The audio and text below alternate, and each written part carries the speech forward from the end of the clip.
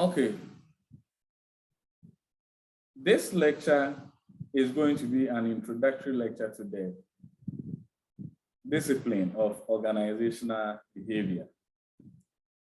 And by the end of the class, it is expected that students will show some appreciation of why it is important for us to emphasize interpersonal skills at the workplace, particularly the soft skills that are used to interact and intercommunicate with our peers, our superiors, and our subordinates in the context of the organization.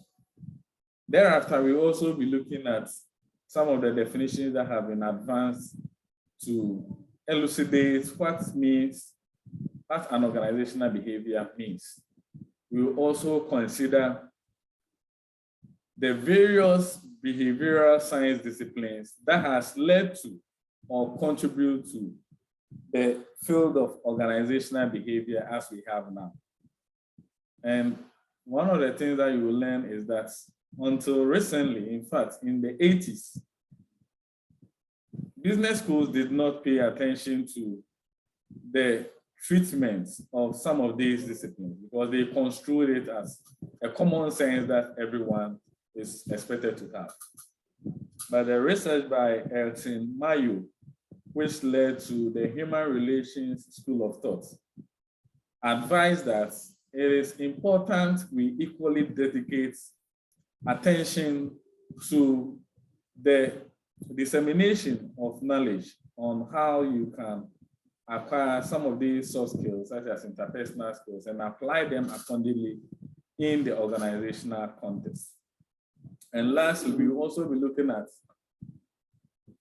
the core challenges that managers face now and how organizational behavior serves as an opportunity to resolve such challenges.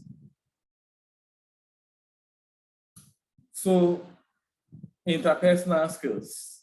Interpersonal skills are essentially the sort of skills that we use in our everyday interaction and intercommunication with people around us. And since we are treating it in the field of business, we will construe it within the context of the organization. So the way we communicate with our peers, superiors, subordinates, in the context of the organization can all be construed as interpersonal skills. And these skills may be verbal or non-verbal. Research indicates that until the 80s, most business school curricula that have been developed emphasize more on the technical aspect of managing employees to achieve organizational objectives. So by that time, disciplines like economics was fully developed. Disciplines like accounting was fully developed, and it was applied to manage the financial positions of organizations. There were several other enviable disciplines that were accorded the needed attention. But most business organizations continue to encounter a lot of challenges, particularly because the objectives that they set forth for their workforce were either underachieved or there was a deviation altogether from its attainment. And at that point in time, the General Electric Company actually set up a committee to investigate why, despite all these knowledge that are acquired by individuals from business schools to help their companies flourish, they were still struggling to survive around that time. And some of the findings that Elton Mayo came out with through the General Electric experiment, which they construed as the Hawthorne experiment, was that it is equally important for managers to emphasize on the non-technical, or if you like, the acquisition of soft skills. And this was particularly important, not only at that time, but now, because research indicates that you can achieve enviable strides in the organization, not only through financial rewards, but sometimes how you even relate with the employees you are managing, or how your supervisor talks with you, or how they recognize you for your contribution to organizational success, may all be a form of incentivizing you to go over and above the targets that have been set for you. And so that paved the way for an attention to be given to disciplines that emphasize on interpersonal skills. So the incorporation of OB principles into the workplace means that we are now going to supplement these technical, if you like, managerial aspects with the soft ones, so that organizational outcomes can be achieved holistically. Which one is this? Is it? Well, the 2 and 3 and then the 1 correction. Okay, no problem. I'll go through and give you feedback. Okay? Yeah, I forgot to write my name. No problem, it's okay. I'll be able to identify. Okay, so you quickly scribble your name on it. Okay. All right. Can I use this? Yeah. Okay. So what are some of the things that brought about the need for organizations to emphasize on issues like interpersonal skills?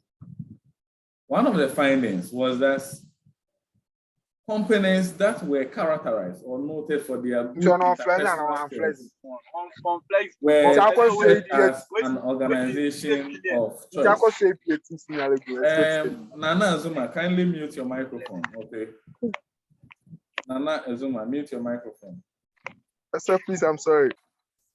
So companies that are noted as, okay, yeah, so I'll wait on it. Companies that are noted or identified to be upholding good interpersonal skills in the way employees are managed were now characterized as an organization of choice. And when an organization is construed as a place of choice, it means that every individual that aspires to work at a good place will want to also work over there. So there wouldn't be a war of talent for such organizations, because every talented person will aspire to be working over there. And this implies that when companies are characterized as upholding good interpersonal skills in their community of practice, then it leads to easy attraction and retention of talented employees. So high-performing employees will be attracted into such companies. Again, companies that are known as good place to work, that is an organization of choice, has also been found to generate superior financial performance.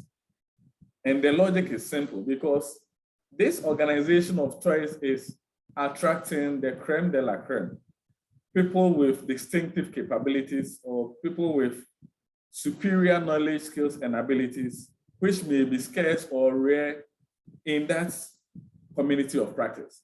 And so once such a company is able to attract these skill sets into their dispensation, then their profits, financial performance can also be guaranteed.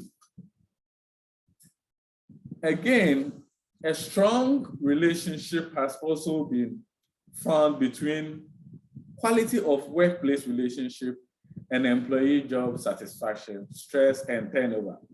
And this indicates that if you are running an organization and you want to create an environment which is intrinsically motivating or which will lead to high levels of job satisfaction among the your workforce, reduce the amount of stress that they experience. So you create a stress-free, or as much as possible, a less stressful working environment, and reduce the number of times that employees will be leaving your company to join competing organizations. Then it becomes imperative that you set up good working relationship in your enterprise. And that is where the issues of quality interpersonal skills comes in. Then there are also issues about, So what then is an organization? Because I've been ranting about organization having good relationships, setting up good working atmosphere that will nurture good interpersonal skills. So what then is an organization? Definitionally, that construes an organization as any social entity which is deliberately structured and goal-directed. Any social entity which is deliberately structured and goal-directed. So when we say an organization is a social entity, it presupposes that it is composed of two or more people that are coming together to achieve a common purpose. In the same vein, when we say an organization is deliberately structured, the various departments or units that are set up in the organization, they are not done for the fun of it. But these departments are given specific targets or performance index so that by achieving them, the organization can conclude that they have arrived at their destination. And by destination, we are referring to the organization having a common purpose or targets, or if you like, an objective that it wants to achieve. So essentially, an organization can be defined as a consciously coordinated social unit which is composed of two or more people that function on a relatively continuous basis to achieve a common goal or targets. So all that was saying, you can also desegregate it into this long definition that has been advanced over here. Now, deducing from these explanations, will you consider a school, a hospital, a church, a government agency as an organization, and why? So this is a question to the entire class. If we say an organization is a social entity which is deliberately structured and goal-directed, will you construe a school, a hospital, a church, or any government agency as an organization, and why?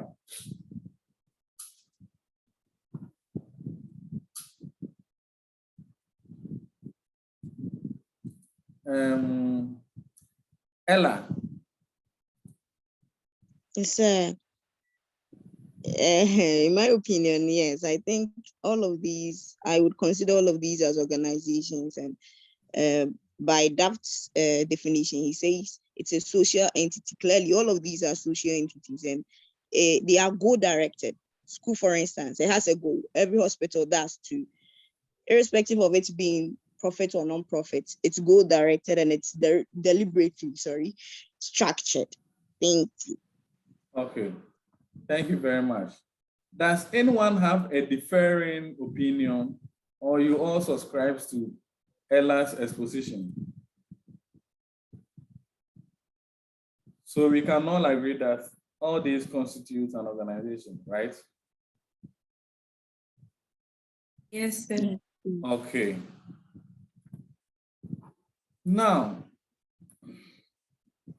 so within an organization, managers also play key roles. So who are managers?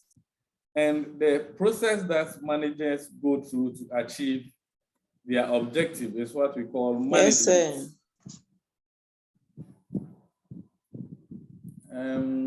Please, was someone trying to ask a question? Or maybe it's because of the network, you are now responding.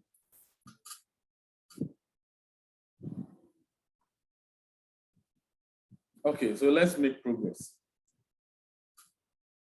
So managers are basically the members of an organization who try to get things done through other people. I'm saying they try because it is not always the case that they get the things done. Sometimes the targets that are set for members of the company may not be achieved because of one or two reasons. So any member of the organization who try to get things done through other people can be characterized as a manager. And the process through which they get these things done is what we call management. Now, that also continues that the management process entails 4 main activities. This includes planning, organizing, leading, and controlling. Planning, organizing, leading, and controlling. So when we say managers plan or they engage in, so the process becomes planning.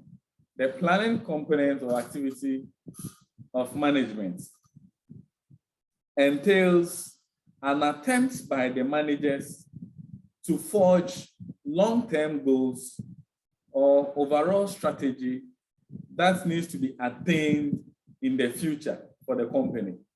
So any deliberate attempt that is made by managers in an organization to achieve certain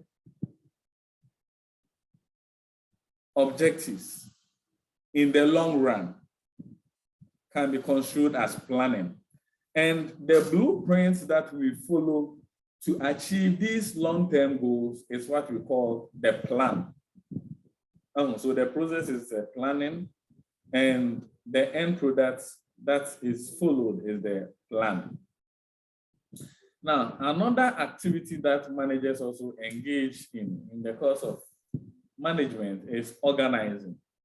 And organizing essentially means that the managers are trying to put together both human and non-human resources so that it can assist the workforce to achieve the targets that have been set for them.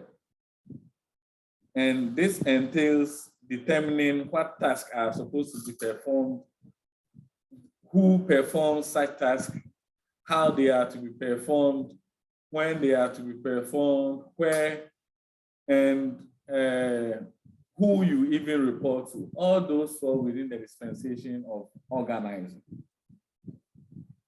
Now, so when we get to the last lecture and we are treating organizational structure, some of these activities will be revisited and demonstrated with diagrams.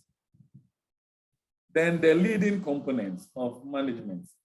Essentially, when we say managers also lead, it means that they use their own personality and their behavior and the way they carry out activities in the organization to motivate their followers to achieve set objectives. And the reason why in this modern dispensation, we say managers must lead, but not direct, is that at the end of the day, the manager may not be visibly present with the other members of the organization or the workforce. So the absence of the manager is still expected to incentivize people to do the right thing. It doesn't mean that the manager must only be physically present before people will know that they are doing something right or wrong. And that is why we construe that portion of management as leading. So your own character or behavior should be able to motivate others to do the right thing, whether you are present or you are absent. And the last aspect of the management function is controlling. And this also means that an attempt is made to compare the actual standards that were set at the beginning of the performance calendar with the achieved objectives. So whenever there is a deviation between what we were supposed to achieve and what we actually achieved, then the controlling mechanism comes in to address the discrepancy. And some of the reasons why maybe there will be a difference between the actual performance of employees and the set standard is that maybe they did not get the requisite resources. So if this is the reason, then it means in the next performance calendar, all the adequate resources must be made available. In the same vein, another reason that can be advanced for why the actual performance of employees may deviate from the goals that were set or the standard is that they may lack some one or two knowledge or training. And so to address some of these things, when we say we are controlling, we go beyond the assessments, that is the appraisal, to introduce some form of training interventions that can address these inadequacies which were identified. So essentially, controlling function of management tries to verify whether there is a deviation between actual performance of employees and the objectives that were set from the outset, so that if there is any discrepancy, it can be addressed. Now, with this in mind, what then is organizational behavior? Organizational behavior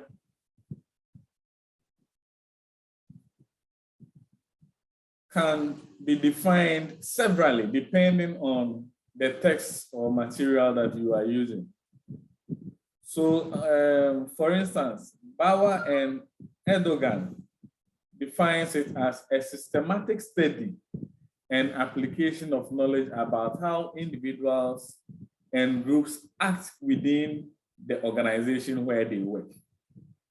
Now, if you look at Bauer and Erdogan's definition, they are essentially trying to say that we don't study organizational behavior just for the fun of it, but the knowledge that you gain from it, the intention is also to apply it in the context where you are working, so that you can get the best out of the individuals and the various groupings, or if you like, departments or units that you have over there. Now, Robinson and Judge also defines organizational behavior as a field of study that investigates the aspects of individual, group, and structures have on behavior within the organization for the purpose of applying such knowledge towards improving organizational effectiveness. So essentially, irrespective of how you look at these definitional issues, organizational behavior, or OB, attempts to understand why individuals or teams that are found in a particular company behave the way they do. And with this knowledge at the background, an attempt is made to apply it to resolve the day-to-day, week-to-week, and if you like, long-term challenges that the company is likely to incur, so that at the end of the day, they can enjoy competitive advantage. Now, beyond this, you are also at liberty to consult any of the reading tests. And once the explanations communicate something in line with these definitions, it is still accepted. Now, we are going to look at the major disciplines that has contributed to the field of OB. Mind you, I earlier on indicated that until the 1980s, most business schools disciplines were structured or fixated around the acquisition of technical knowledge. So how to, for instance, how to perform accounting, how to perform financial statement of a company, the economic aspects, and so on and so forth. But emerging from the Hawthorne experiments and Elton Mayo's submission that equal attention needs to be given to other disciplines that tackle interpersonal relationships. Disciplines that were existing around that time were approached, and the ones that can be applied to the field of OB were borrowed. And so you will find it, you will find the field of organizational behavior borrowing concepts, theories, and other issues from disciplines such as psychology, sociology, anthropology, and so on and so forth. And depending on the level of analysis we are engaging in, as far as OB is concerned, psychological principles may be preferred over sociological ones, or maybe anthropological theories may also be approached as opposed to psychological ones. So essentially, what is psychology? And I know all of you did introduction to psychology. So this will not be a lecture for me to treat it into rich details. But when we talk about psychology, it is a behavioral, a social science discipline that tries to analyze why individuals, that is humans and animals, behave the way they do. And it does this comparative analysis because psychological research, and in fact in science, it's been proven that the physiology of humans can be likened to that of animals. And so most psychological experiments are carried on animals before the findings are introduced to humans. And as I speak with you now, most piloting of drugs, for instance, it is carried out on animals before it is introduced to humans. So as far as the field of psychology is concerned, it is flourished with superb learning theories, personality theories, how to counsel employees and get the best out of them. So the field of OB also, in an attempt to explain issues like personality, issues like how employees can be trained or taught to learn on the job, issues like how to manage individual stress and work pressures, they borrow a lot of ideas from the field of psychology. So that is how the field of psychology is related to OB. Now, the field of sociology. So what does what work do sociologists do? Essentially, for instance, Robert K. Merton would say sociologists, they study social facts. And what are social facts? These are essentially ways of acting, thinking, or feeling, which are external to an individual, but they coerce you to comply, even though intrinsically you may not want to do it. So let's take, and sociology, they usually do their analysis by making reference to social institutions. So let's take religious institutions. Why do people go to church? Why do people go to church? Now, Simon Python will tell you that religiosity or going to church is simply because the individual wants to have evils that they want to get rid of. And so by getting some sort of connection with a religious body or attending church, then you will be able to get rid of these evils.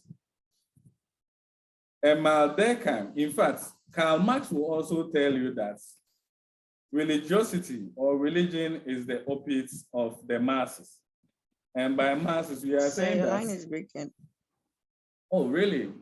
Is it clear now? Can you hear me now? Yes, sir. So don't worry, I'm recording it. You will get everything once we are done. And if he says it's an opiate of the masses, he's trying to say that if you look at how every human society has been structured, there is always a clash of ideas between two opposing streams, the haves or the have-nots, if you like, the richer class and then the masses. And if you want to control the masses, then you use religiosity as a tool for them to accept their level of deprivation. So that is how somebody like Karl Marx will interpret it when he tries to analyze religion or religious bodies as social institutions. So anytime an attempt is made to analyze social institutions from a sociological standpoint, then organizational behavior can also borrow some of these ideas by analyzing issues like why it is important for certain organizations to allow different religious sects to be working within the same umbrella, why it is important for us to observe certain days as sacred for people to go and worship their supreme being, and so on and so forth.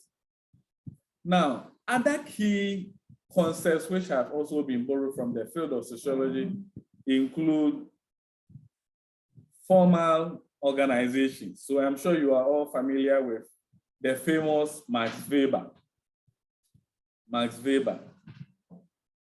And he is noted for the creation of bureaucratic theory. And prior to his theorization, most businesses were run like family business.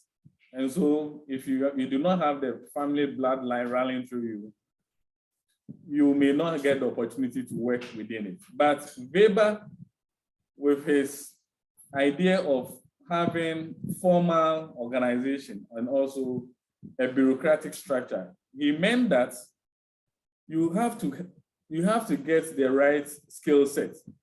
The knowledge, skills, and abilities must actually fit the portfolio that you are being granted so that you can contribute to organizational success.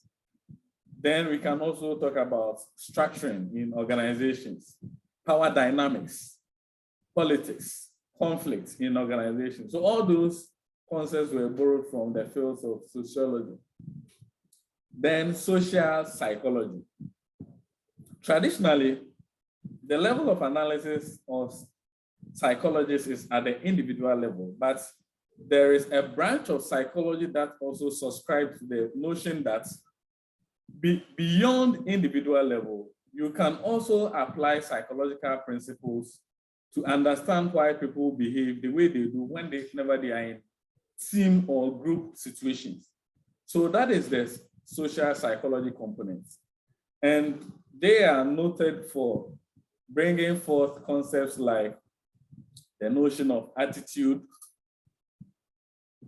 how you can also manage power dynamics in organizations, how people behave in group fashions, conflict management, and so on and so forth. Then another discipline that has also contributed to the field of OB is anthropology. Anthropology. So anthropologists also essentially try to study humans, societies, and cultures, and how these institutions have evolved over time. So the analysis, the comparative analysis is from the past to the present, and how lessons can be drawn in along these timelines to help human societies survive. So some key concepts that can also be borrowed from the anthropology discipline include organizational culture, organizational climates, differences in national cultures. And later on in, I think in our second lecture, we will be looking at Hofstede's cultural dimensions, which will help you understand why it is important, particularly in multinational enterprises, for individuals to be culturally sensitive, because irrespective of the business environment you find yourself in, you are likely to be working with people of diverse cultural background. And for that matter, you are not expected to come across as an ethnocentric person, because there are equally better ways of achieving same objectives. So that is how the angle of anthropology also comes in. So essentially, four main behavioral sciences have contributed to the field of OB, and this includes psychology and another branch of psychology, which is social psychology, sociology, and anthropology.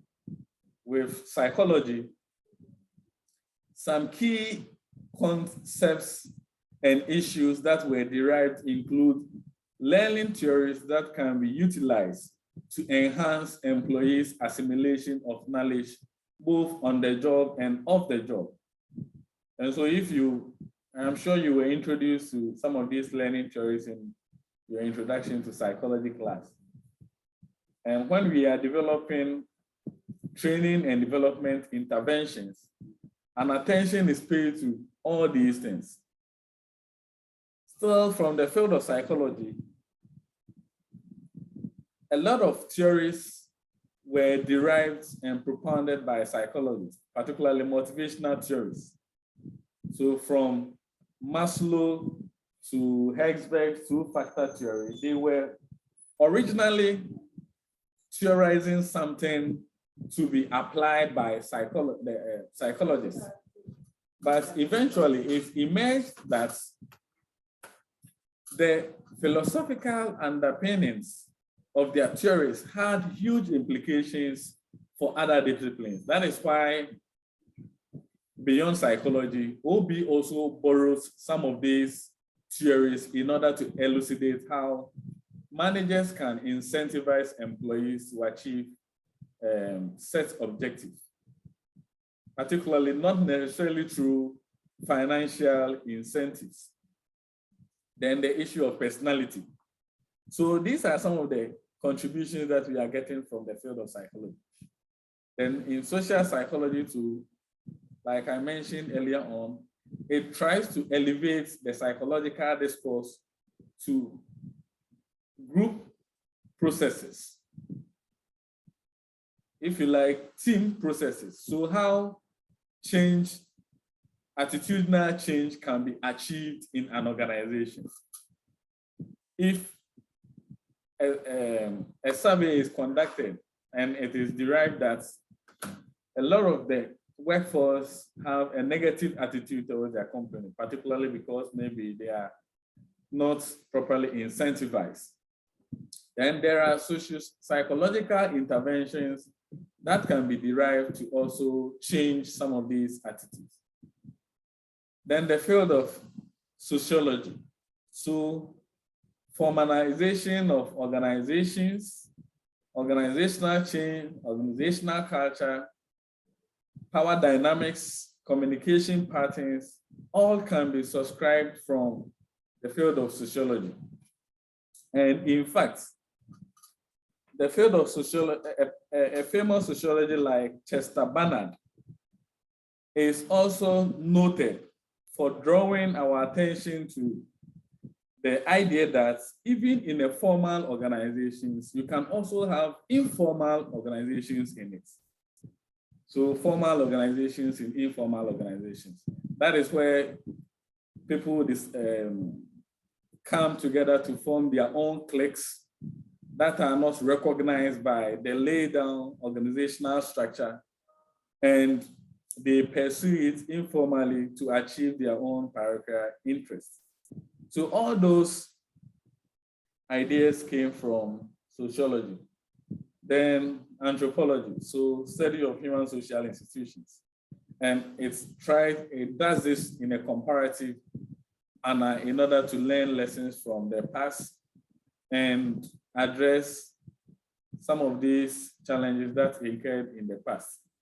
So comparative values, cross-cultural analysis, organizational culture, and as well as power dynamics, how they've been handled in the past. So there are three main levels of analysis: individual, group, and organizational.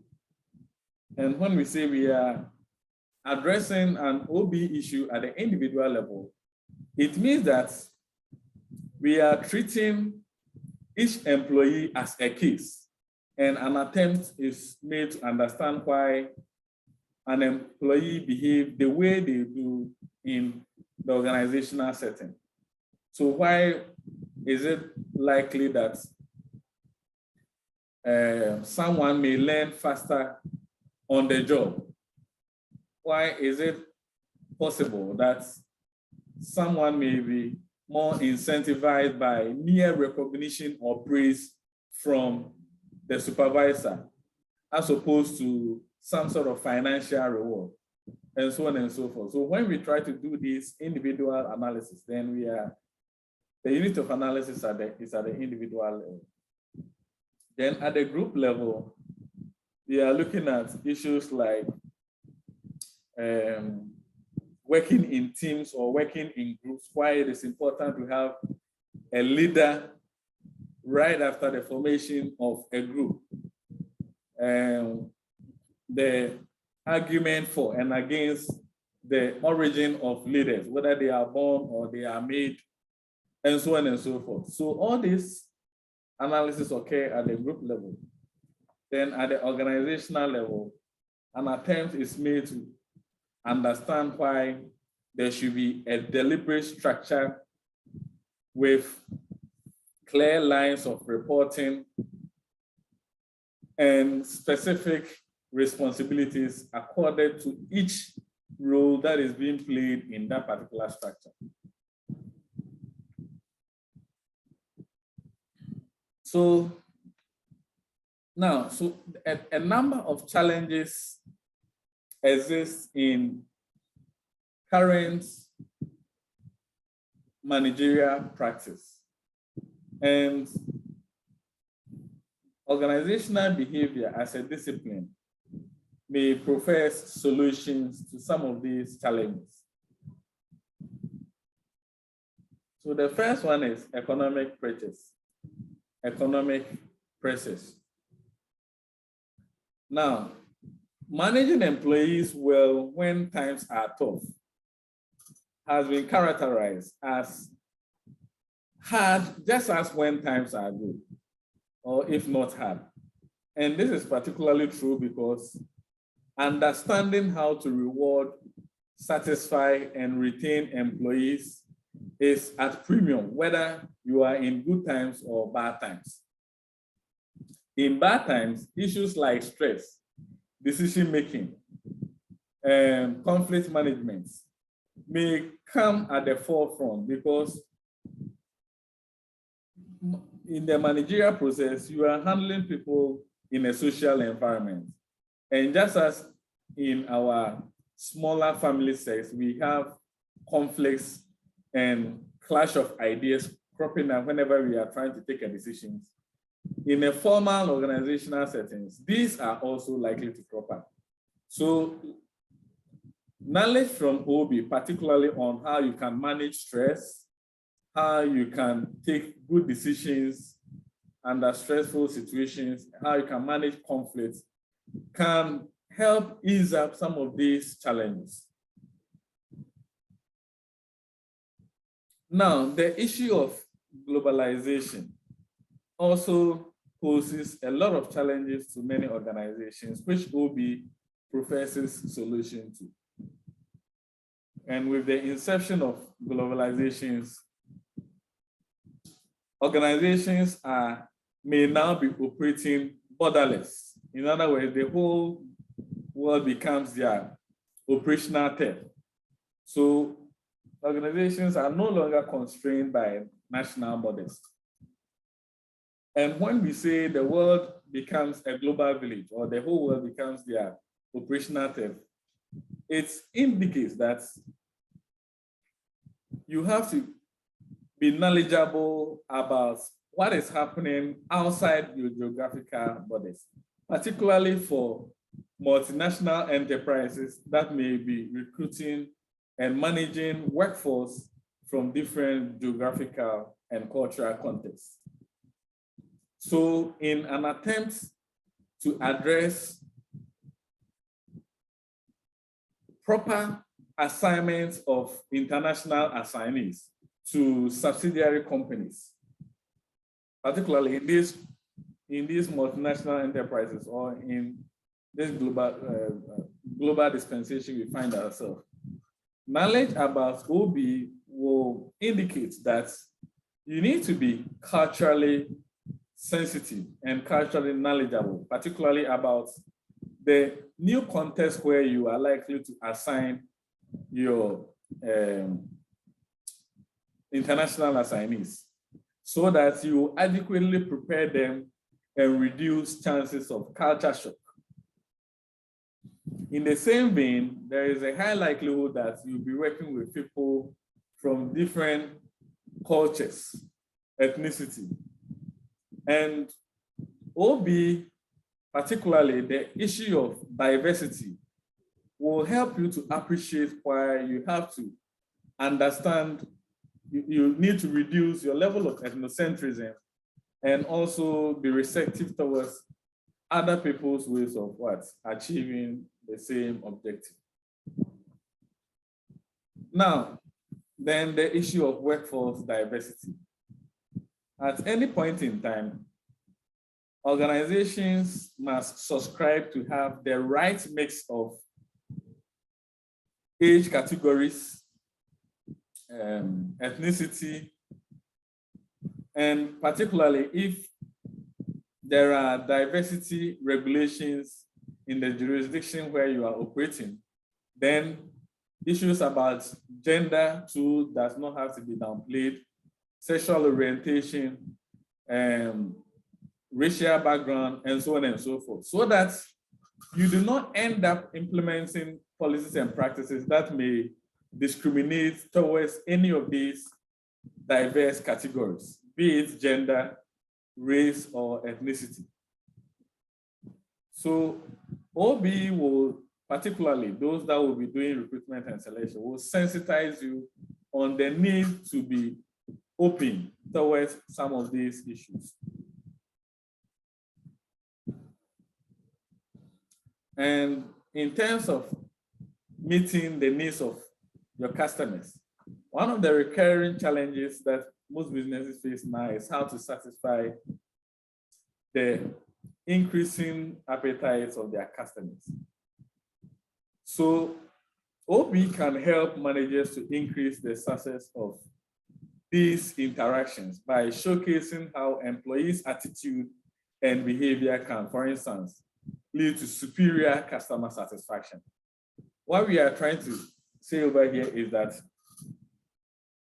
OB, when you are treating it at the individual level, it tries to discern why employees may develop negative attitude towards the organization, or why an employee may be demoralized, why they may be dissatisfied. So that can be construed as an employee attitude.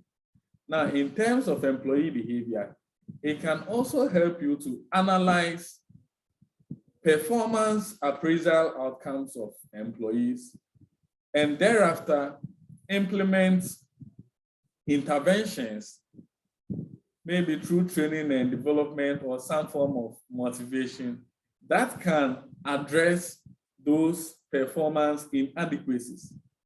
And in the long run, when a right synergy is achieved between employee attitude and their behavior, then we can expect that it can also trickle down to yield higher levels of customer satisfaction.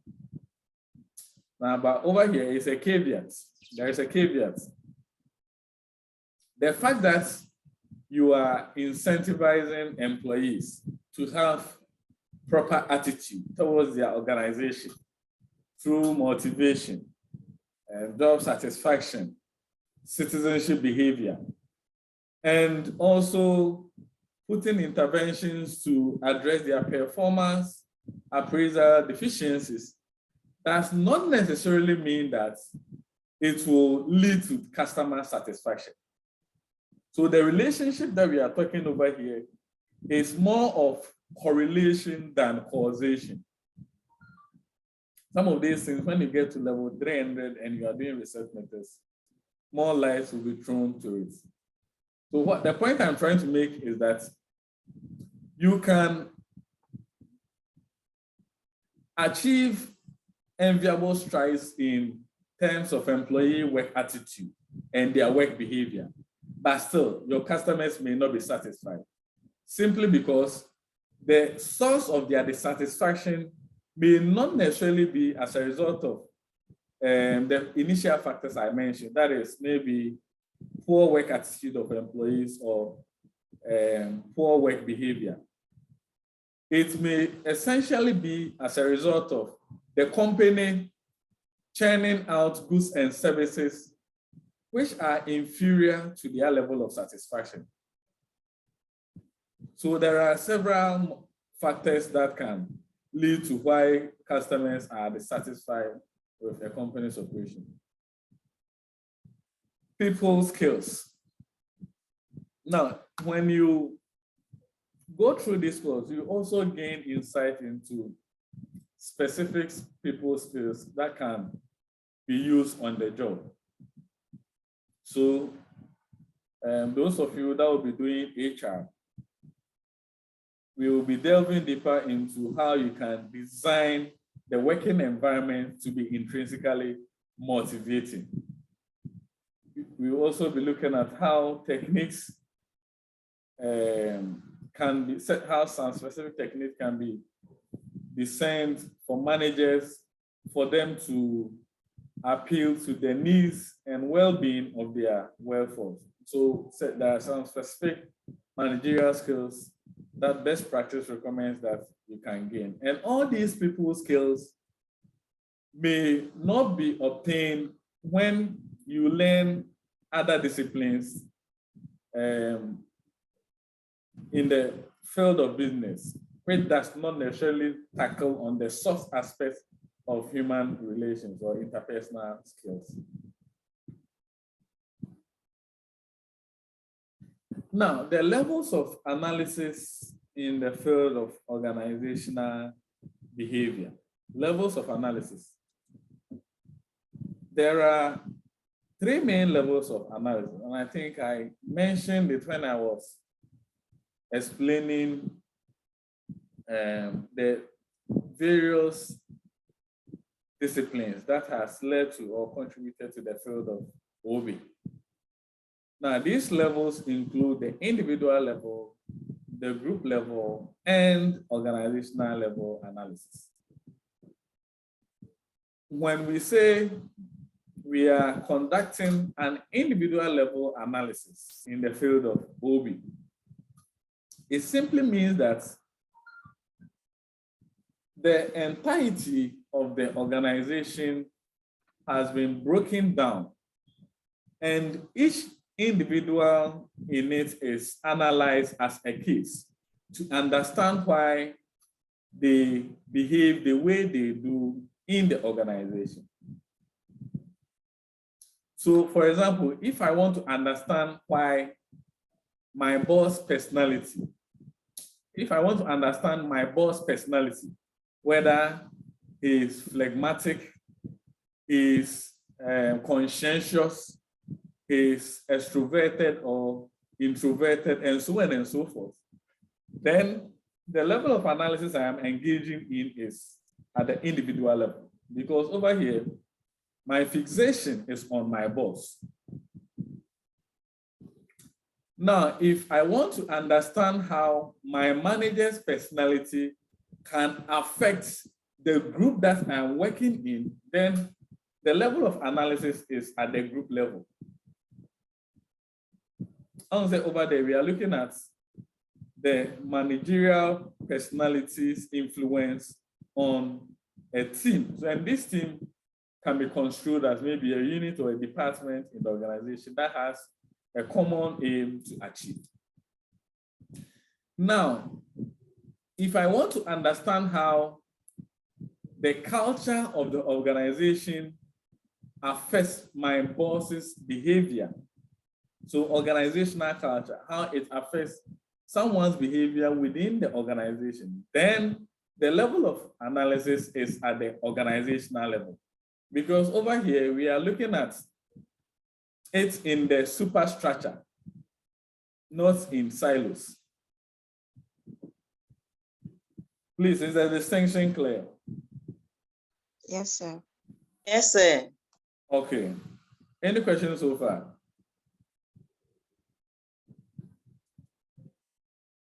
Any questions so far?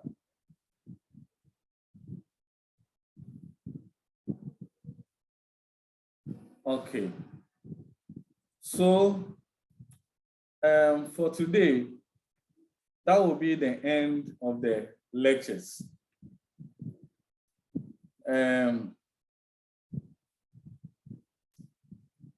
Before I leave, we have essentially touched on the issue of interpersonal skills and why it is important for business organizations to emphasize them just as they emphasize on technical skills acquisition. We have also looked at the various submissions or definitional issues as far as organizational behavior is concerned. Then we've also looked at the various behavioral science disciplines that has contributed to or led to the field of OB. So we looked at psychology, sociology, social psychology, and anthropology. Then we have also looked at the three main levels of analysis that can ensue in the field of OB, which include the individual, the group, and organizational level. So let me ask about one or two questions, then we will call it a day. Now, assuming I am an organizational interventionist, are you listening? Yes, sir. Yes, sir. Assuming I am an organizational interventionist and I want to understand the personality of employees in a given company, what level of analysis will I engage in and why?